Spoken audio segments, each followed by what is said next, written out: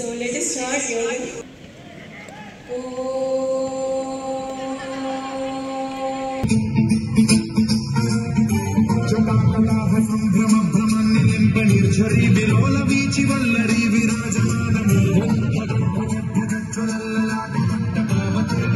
चंद्रशेखरे रचित प्रशिक्षण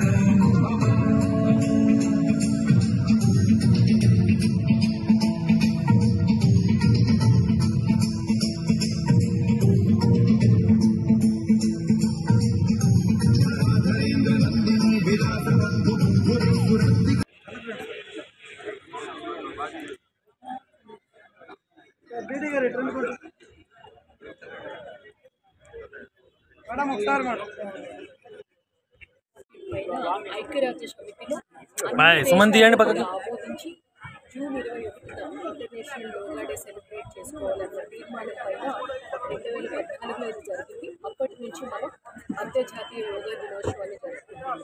ప్రపంచ దేశాలన్నీ కూడా భారతదేశంలో మనం చేస్తున్న యోగాని గుర్తించి అన్ని దేశాలు కూడా అవలంబించడానికి ఇప్పుడు ప్రయత్నిస్తున్నాయి. యోగా మనందరికీ తెలుసు, it's unity of soul and mind. అలాగే ఈసారి మనకు ఒక థీమ్ ఇచ్చారు, yoga is self and for society అని చెప్పి.